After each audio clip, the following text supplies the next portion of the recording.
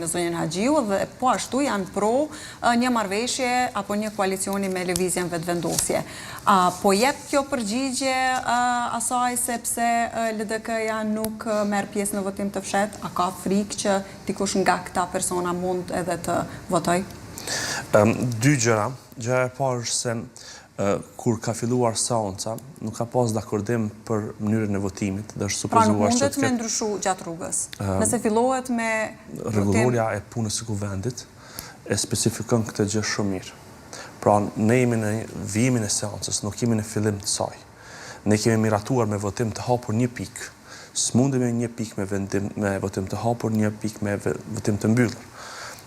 Gjëja e parë. Sepse ata lëvizja vetëvendosje thirret se gjithçka është në atë se gjithçka është kushtetuese, demokratike dhe ka të drejtë të aplikohet votimi i fshehtë. Po, vetëm se nëse ka dakordim paraprakt për një votim të fshehtë.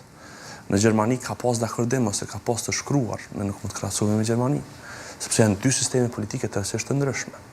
Dhe kjo nuk e justifikon VVN që të kërkoj që të votohet për një, si ta themi, për ndryshim procedure në mes.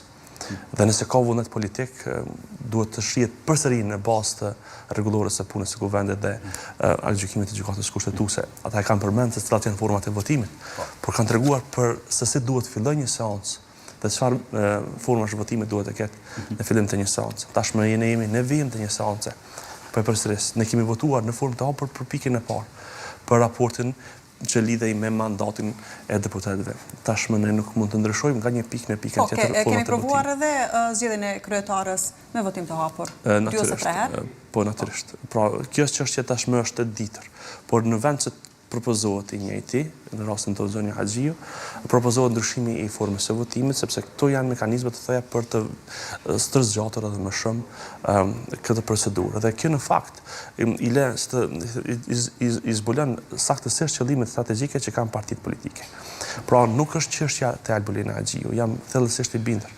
Po çështja është se partitë politike shihnin në bazë të letrave verifikohet kjo. Lëvizja vetëvendosje nuk i ka votat për kryetarin e parlamentit. Rrjedhimisht nuk i ka as të qeverisë. Pra, kjo tashmë është bërë publike sepse deklaratat i kanë të ndryshme. Por letrat thotë që nëse fton dikë për bashkëqeverisje, praktikisht ti fton për të ndarë pushtetin, sepse vetë nuk mund ta konsolidosh atë.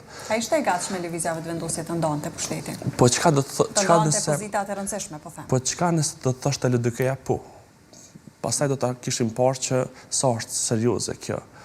Ndoshta mënyra e shkrimit të letrës dëshmon që disa gjëra u thanë për të mos u bërë. Po, dje pikërisht në këtë studio patëm mendime që lëvizja vetëvendosje ka nisur këtë letër LDK-s me paramendim që do të thotë jo.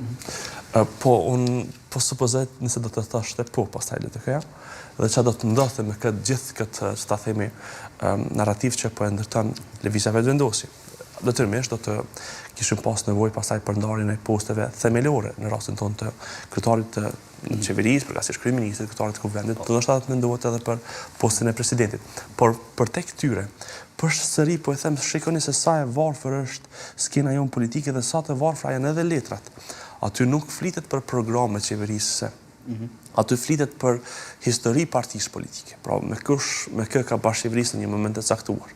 Dhe unë po bëj thirrje, ndoshta nuk është e tepërt kjo, që partitë politike të shohin nga ardhmja, të lënë anash ndasitë dhe të kaluarën politike që do t'i lajnë përjetësisht të ndara këto parti politike, nëse lidhet, nëse narrativa